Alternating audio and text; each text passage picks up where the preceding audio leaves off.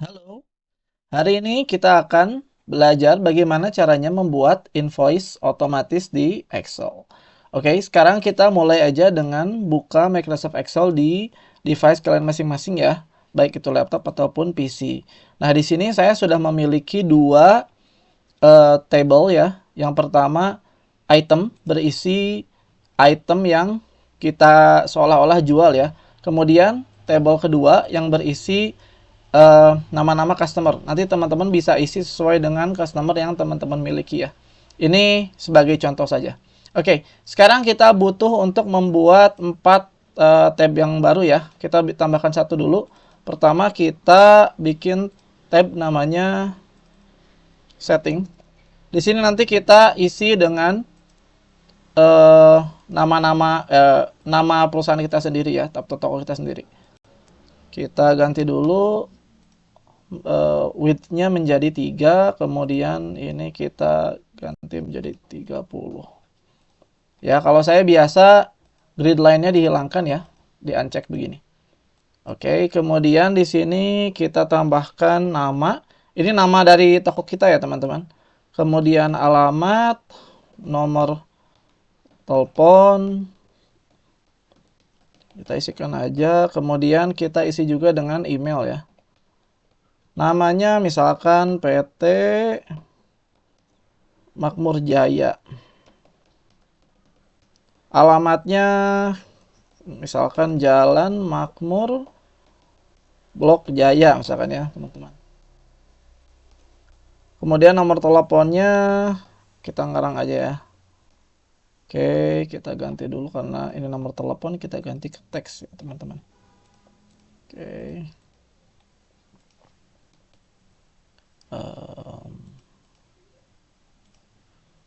Kayak emailnya misalkan makmurjaya@gmail.com. Oke, kita ganti ini menjadi lebarnya 3 juga. Kalau saya biasa supaya rapi, kita hide ini. Oke, kita beri warna warna biru tua ya. Sini kita tulis setting aja. Setting. Oke.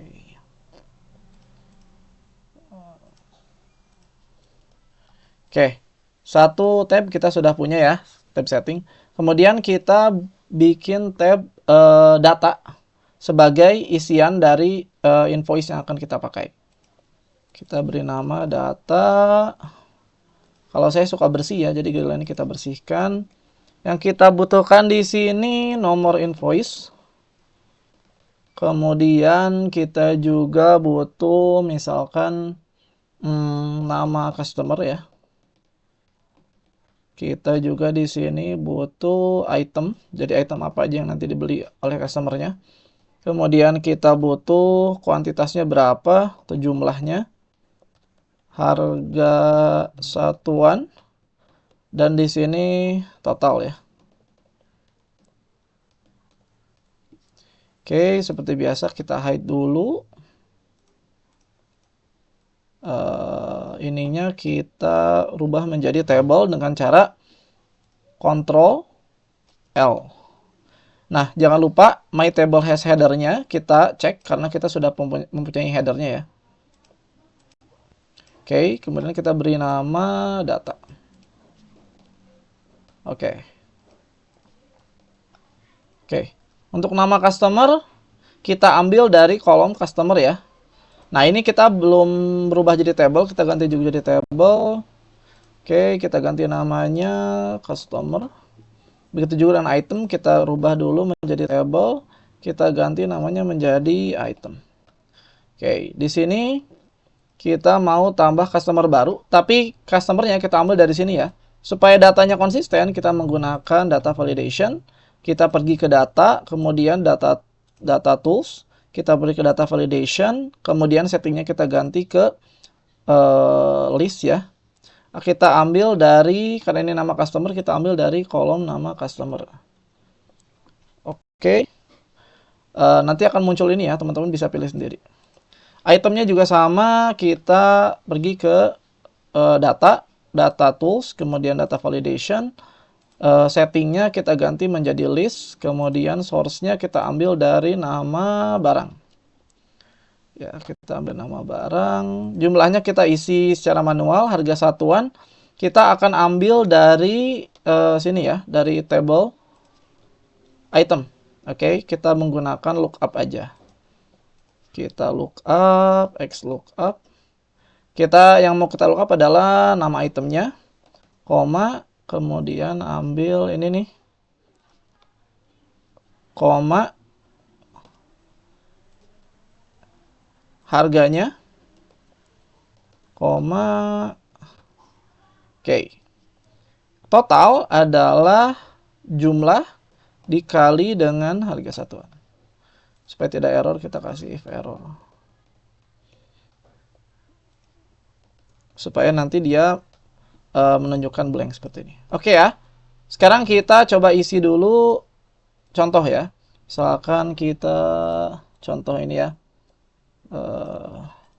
Itemnya kita isi secara random aja. Oh iya, ini itemnya jumlahnya belum kita isi ya. Misalkan 4, 3, 5. Oke, ya. Kemudian invoice-nya kita mengarang aja ya, misalkan segini. Oke, kita tambah customer lain, misalkan. Kita perluas dulu ya.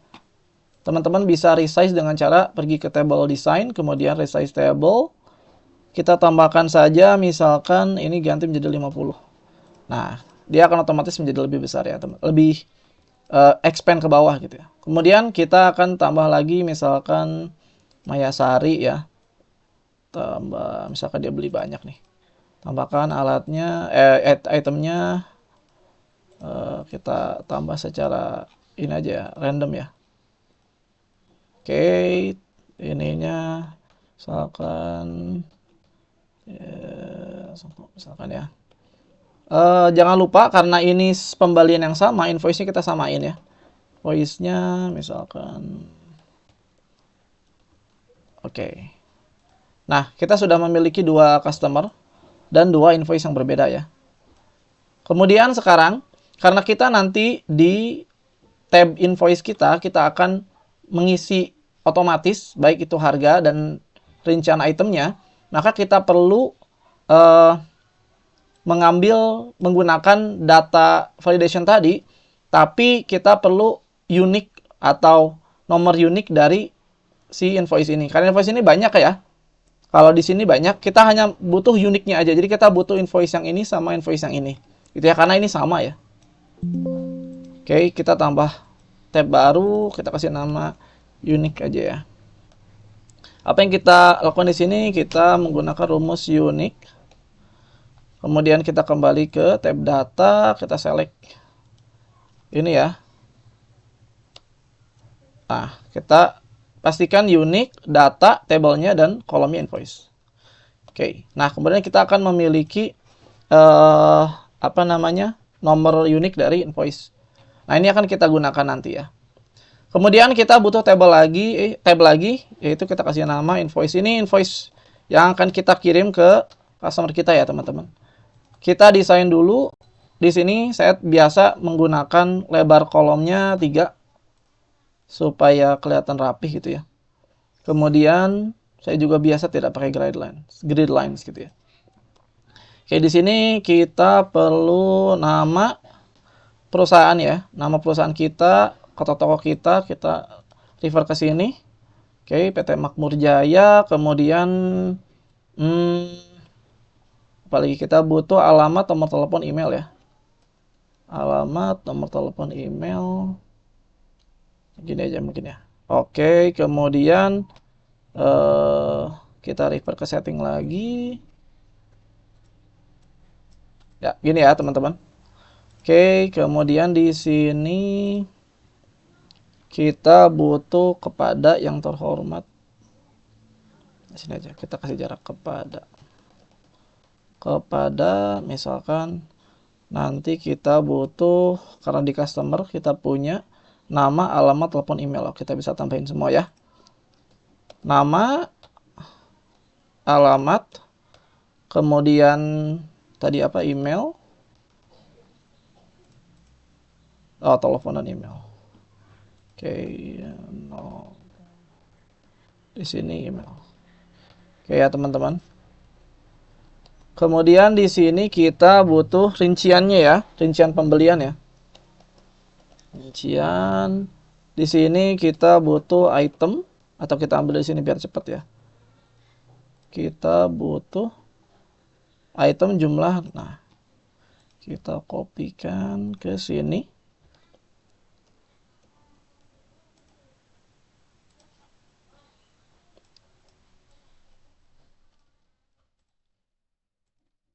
Oke. Ya, kita sudah punya kolomnya. Sekarang kita kita tambahkan sampai sini saja ya. Oke, sampai sini misalkan. Kita kasih border ya, supaya lebih estetik. Warna bordernya kita kasih yang agak soft ya. Kemudian oke, nanti ini akan kita isi secara otomatis. Oke, kemudian di sini kita juga butuh. Nah, di sini nanti kita akan isi nomor invoice ya, yang akan kita pilih sendiri. Nah, untuk menambahkan invoice di sini, kita seperti tadi menggunakan data validation. Settingnya kita rubah menjadi list. Source-nya kita ganti ke unique, nomor invoice unique tadi yang sudah kita punya. Langsung satu kolom aja ya. Nanti jadi teman-teman ketika ada invoice baru akan otomatis kita tambahkan ke data validation yang gitu ya. Oke, nah kita sudah punya invoice di sini. Oke, kemudian oke, di sini kita biasa bikin 3, kemudian kita hide sisanya. Oke. Kita ganti width-nya supaya kelihatan ya. 25 misalkan. Ini kita ganti warnanya menjadi misalkan biru tua. Tulisannya kita ganti menjadi, atau gini, atau kita bikin ini menjadi 30. Kita ganti ini jadi biru tua. Kita jadi biru tua, kasih jarak 1.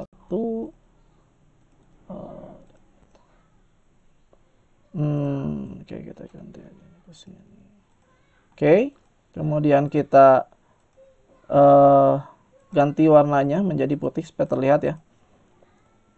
Ini juga sama, kita ganti menjadi putih supaya nomor invoice-nya kelihatan. Oke, kita center ya posisinya supaya kelihatan jelas. Di sini kita bisa kasih border juga kalau teman-teman mau supaya rapi. Kemudian ini juga bisa kasih border supaya rapi.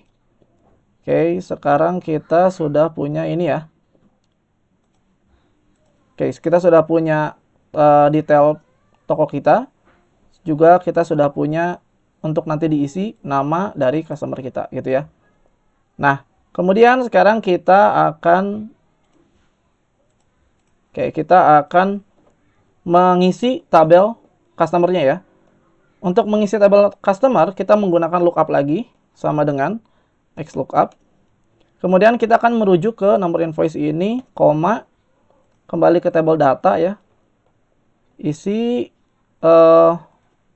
kolom invoice-nya, kemudian kita tambahkan kolom nama customer-nya. Oke, nah akan muncul Mayasari ya. Kemudian kita ingin tahu alamat, nomor telepon, dan email Mayasari ini ya. Kita gunakan XLOOKUP lagi. Kita akan merujuk ke nama Mayasari. Kemudian kita lihat di table customer. Parameter keduanya kita gunakan nama customer. Kemudian karena kita mau alamat, kita gunakan kolom alamat. Kayak gitu ya teman-teman ya. Ini juga sama, saya akan contohkan lagi ya. Pertama, parameter pertama nama customer-nya. Kemudian parameter kedua, kolom di mana kita bisa menemukan nama customernya. Kemudian kita ambil tadi email apa ini? Tadi itu nomor telepon ya. Nomor telepon di sini berarti. Oke, parameter keempat, kalau misalkan error, apa yang akan dilakukan? Karena di sini saya ingin blank, kita kasih dua tanda kutip seperti ini supaya nanti hasilnya menjadi blank. Kalau misalkan terjadi error. Gitu ya. Di sini kita akan tambahkan email juga. Caranya sama.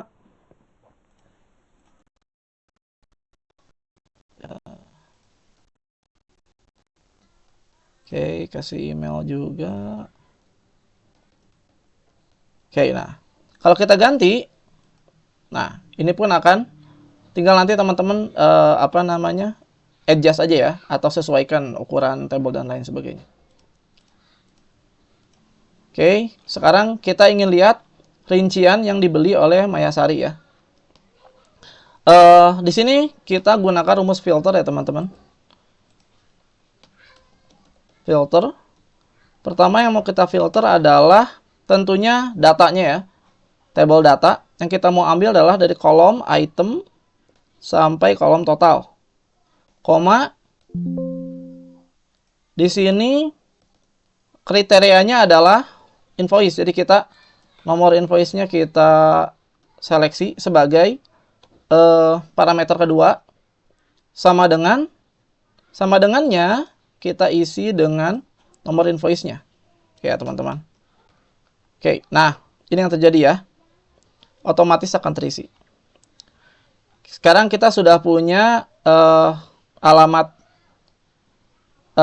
rincian itemnya. Kita juga sudah punya profile si customernya. Sekarang kita tambahkan di sini subtotal ya. Subtotal sama dengan sum. Oke. Kemudian di sini misalkan teman-teman mau tambahkan discount, misalkan kalau ada, atau pajak kalau ada misalkan. Oke. Ini bisa kita kasih border juga, katakanlah misalkan 500.000 atau 50.000 diskon ya. Pajaknya 25.000 misalkan. Oke, di sini kita tambahkan grand total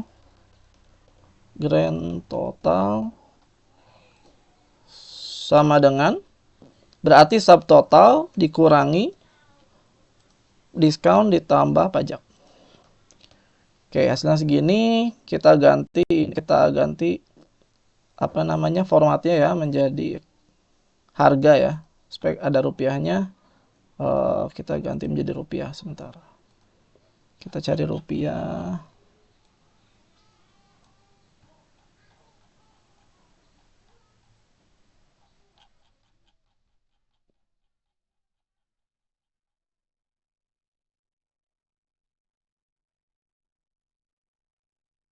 Oke.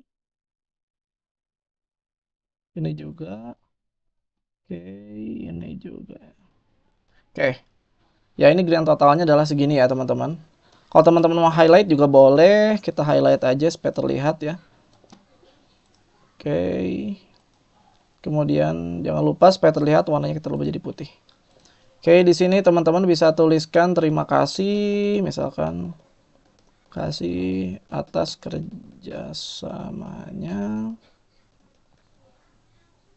Ya, atau misalkan bisa kasih metode pembayaran di sini.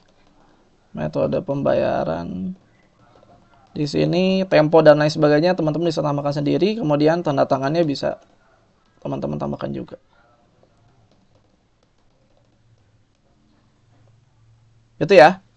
Nah, ini sangat mudah sekali kalau teman-teman nanti sudah punya data baru, tinggal ditambahkan di sini nama item yang dibelinya, kemudian jangan lupa diupdate table customer dan itemnya kalau ada customer atau item baru supaya nanti akan otomatis muncul di sini. Terus kalau ada harga yang diupdate juga teman-teman bisa tambahkan di sini. Gitu ya. Ini udah selesai, teman-teman bisa tambahkan sesuai dengan keinginan teman-teman sendiri. Yang saya tampilkan di sini hanya dasarnya aja. Nanti teman-teman bisa modifikasi sesuai dengan kebutuhan teman-teman sendiri. Begitu ya. Terima kasih. Kita jumpa lagi di video berikutnya.